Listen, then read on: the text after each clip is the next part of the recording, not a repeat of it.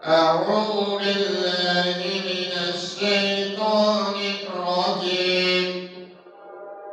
بسم الله الرحمن الرحيم. قال له موسى هل أتبعك على أن تعلمني مما علمت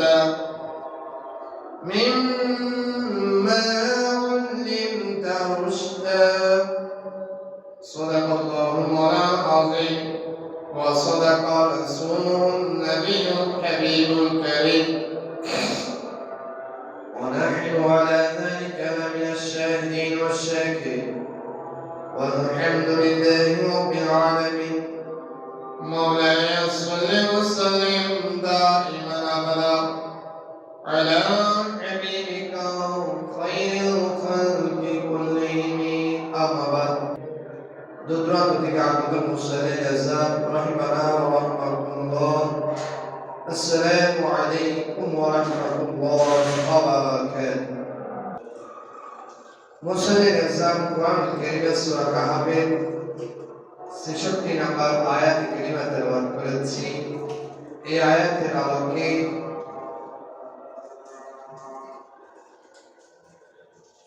সৃষ্টিকুলের মধ্যে সম্মানিত পেশা শিক্ষকতা,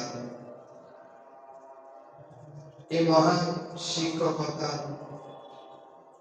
পেশায় যিনি নিয়োজিত রয়েছেন, এই শিক্ষকের মর্যাদা, দায়িত্ব, কর্তব্য সম্পর্কে আলোকপাত করার চেষ্টা করব। প্রত্যেকেরই আলোচনা শ্রবণ করে সে মোতাবেক আমাদেরকে আমল তৌফিক দান করুন। আমিন। মুসলিম আযম আল্লাহ রাব্বুল আলামিন আয়াতের মধ্যে হযরত মুসা কালিমুল্লাহ আলাইহিস সালাম এর শিক্ষা জীবনের একটি অংশ সম্পর্কে ইঙ্গিত করতে গিয়ে আল্লাহ রাব্বুল আলামিন অত্র আয়াতের অবতারণা করেছেন। আপনারা ঘটনা শুনেছেন, আল্লাহ রাব্বুল আলামিন হযরত মুসা আলাইহিস সালামকে নবুয়ত প্রদান করেছেন, রাসূল হিসেবে দুনিয়াতে প্রেরণ করেছেন।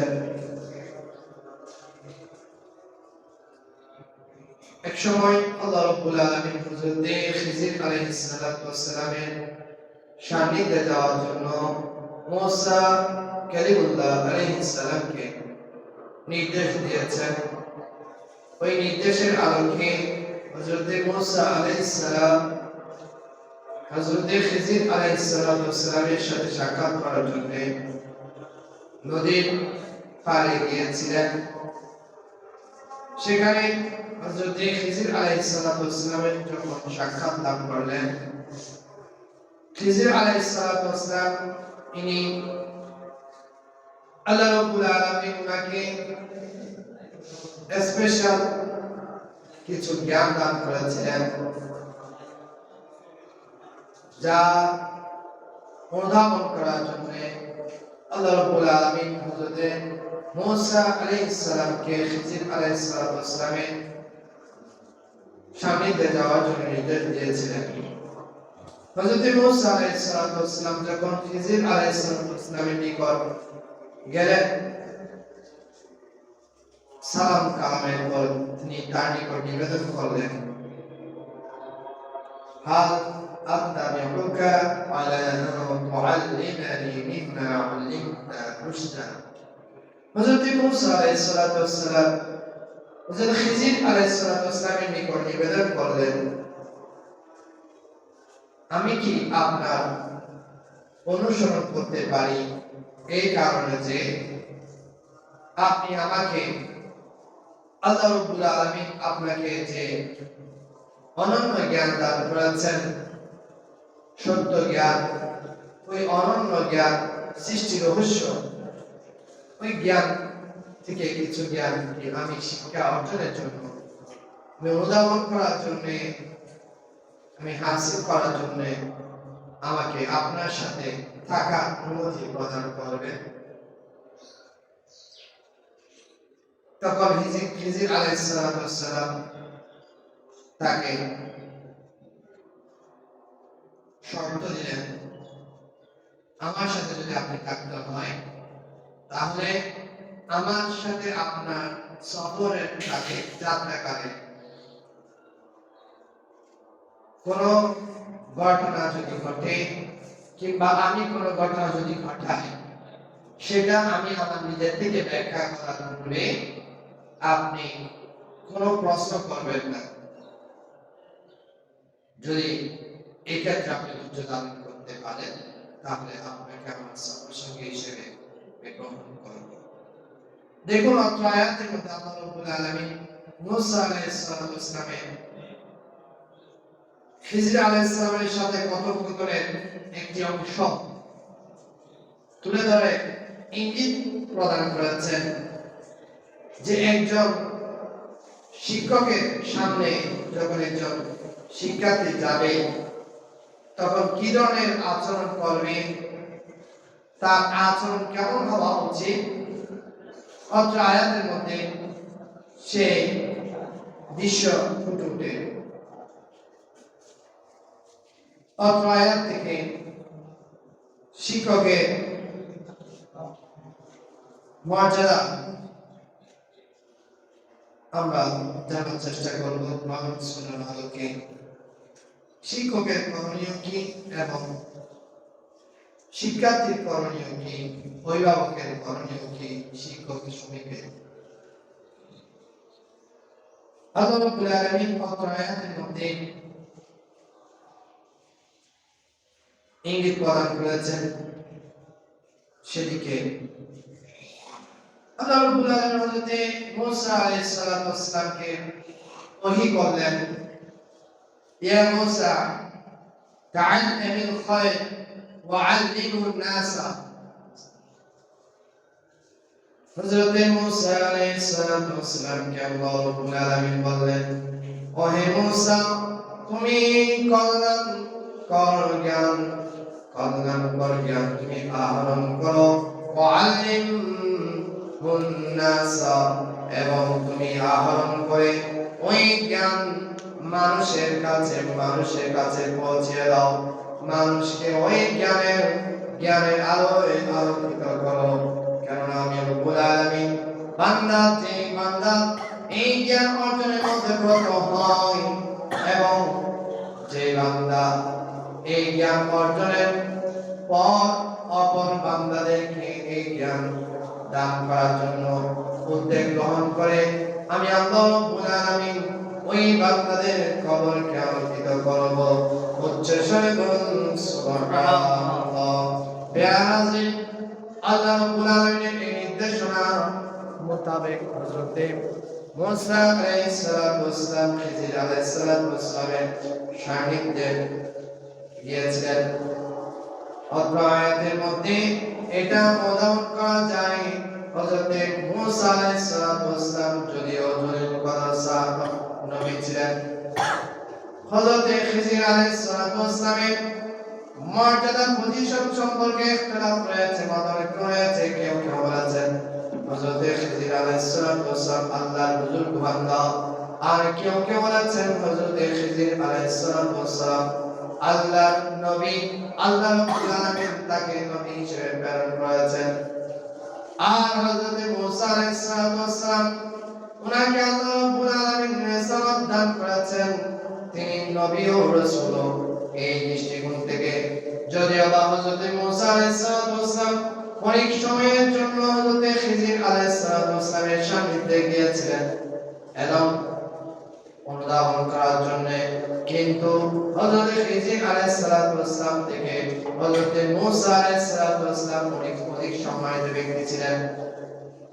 হযরত মুসা আলাইহিস সালাম জগৎবাসীকে এটা শিক্ষা দিয়েছেন যে কোন বান্দা যদি তার চেয়ে নিচু মর্যাদা, তার চেয়ে মর্যাদার বিবেচনায় নিম্ন স্তরের কোন মানুষের কাছে যদি কোনো কিছু জানার জন্য যায়, তখন ওই বান্দা ওই জানার জন্য যার কাছে গিয়েছে মহান শিক্ষকের কাছে, তার সাথে কেমন আচরণ করবে, তার সাথে অত্যন্ত অনুনয় বিনয় করে তার সান্নিধ্যে গমন করবে এবং তাকে জানার জন্য নিবেদন করবে।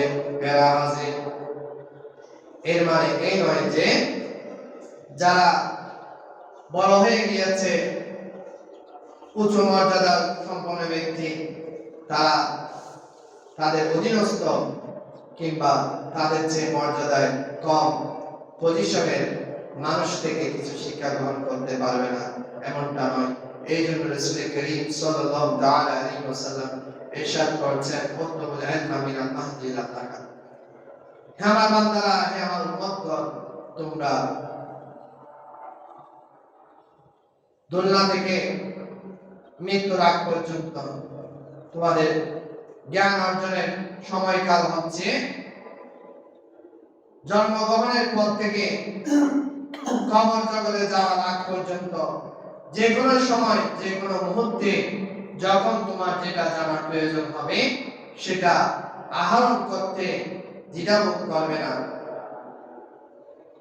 একজন শিক্ষার্থী যখন শিক্ষকের জ্ঞান আহরণ করতে যাবে, এক্ষেত্রে শিক্ষার্থীর কিছু করণীয় রয়েছে। যারা এখানে শিক্ষার্থী বলতে এমন নয় যে শিক্ষা প্রতিষ্ঠানের সাথে সংশ্লিষ্ট হতে হবে, আমার নির্ধারিত বয়স রয়েছে, আমি আমার কিশোর বয়স, আমি আমার শিক্ষা প্রতিষ্ঠানে যাব, এরপর আমার শিক্ষা অর্জনের সুযোগ নেই, এমনটা নয়। এখানে শিক্ষক বলতে মাওলানা আলী শেখ খুদা রাদিয়াল্লাহু তাআলা স্পষ্ট করে দিয়েছেন। মাওলানা আলী রাদিয়াল্লাহু তাআলা বলেন শিক্ষক কেমন, শিক্ষক হিসেবে কাকে মান্য করতে হবে।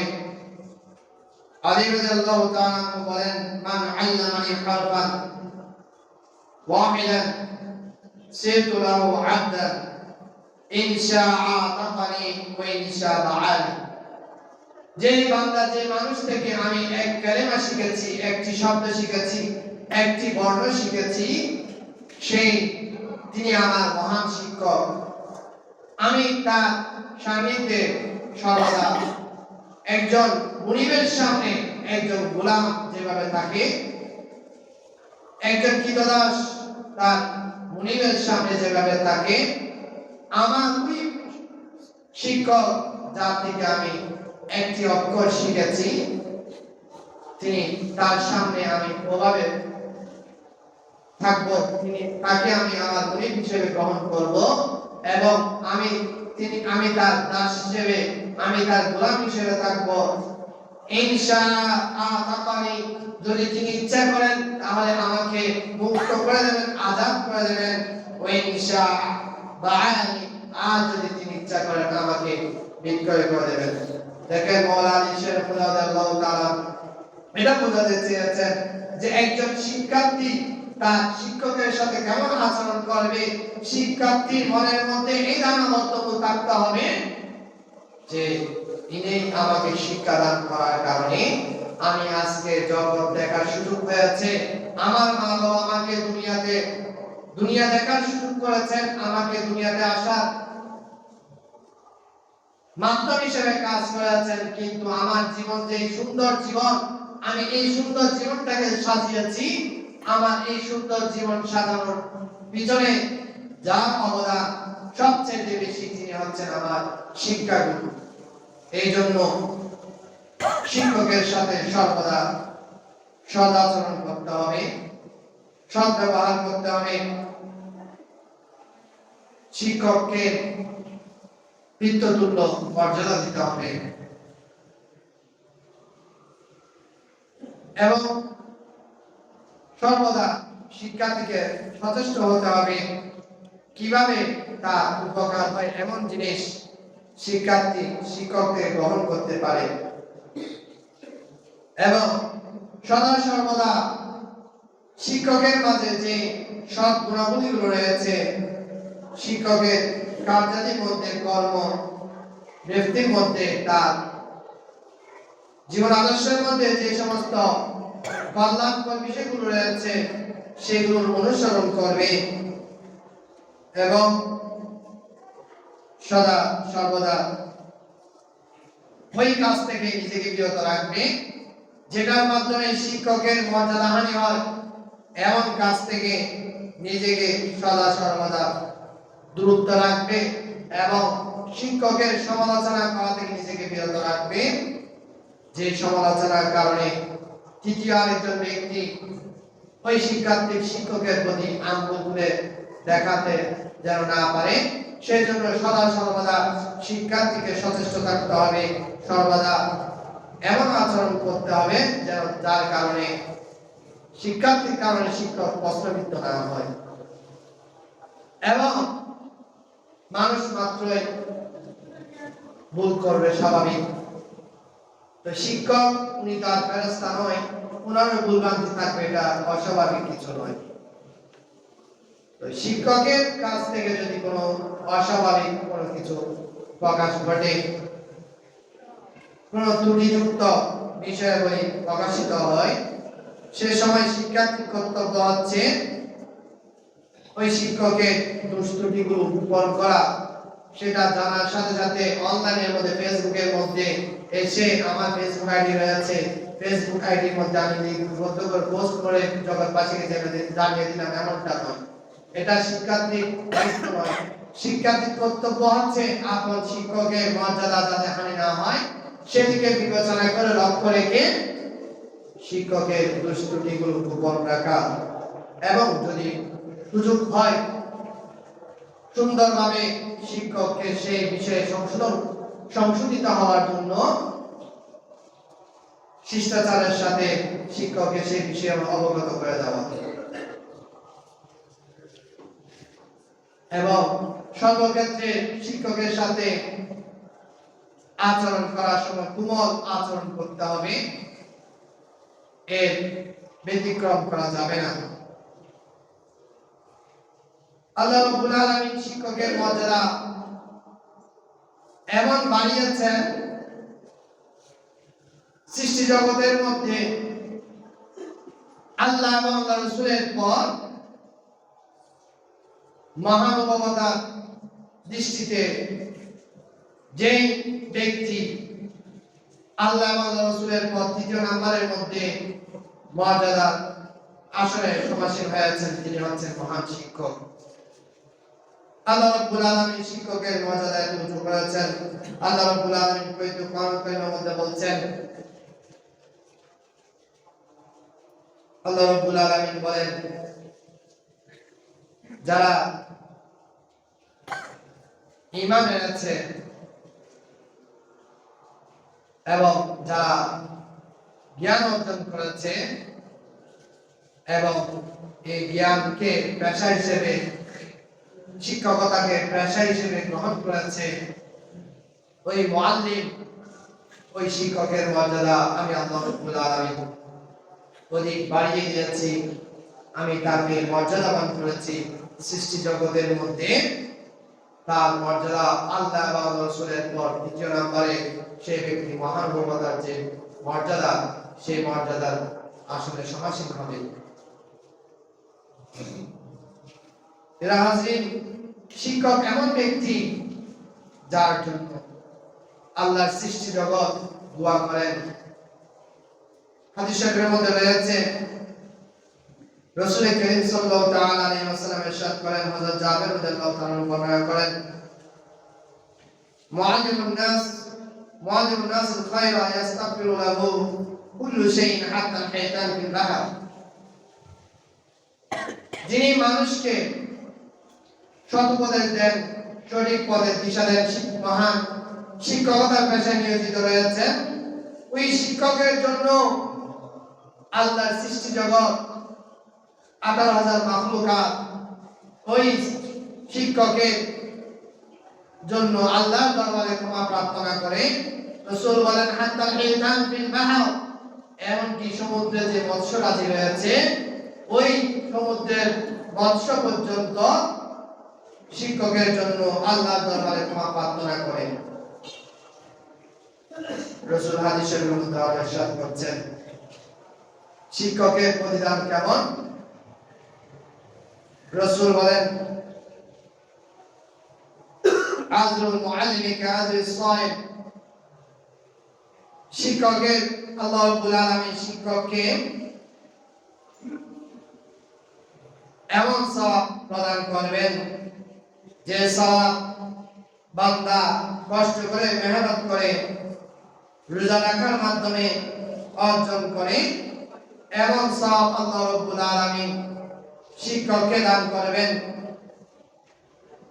আর শিক্ষক একজন আদর্শ নাগরিক, ছাত্রকে যখন একজন আদর্শ নাগরিক হিসেবে গড়ে তুলবে, ওই শিক্ষার্থী তার জিন্দেগির মধ্যে, তার জীবনের মধ্যে যা যা নেক কাজকর্ম করবে, ওই সকল কাজের সওয়াব আল্লাহ রাব্বুল আলামিন ওই শিক্ষকের আমলনামার মধ্যে দান করবেন। উচ্চস্বরে সুবহানাল্লাহ।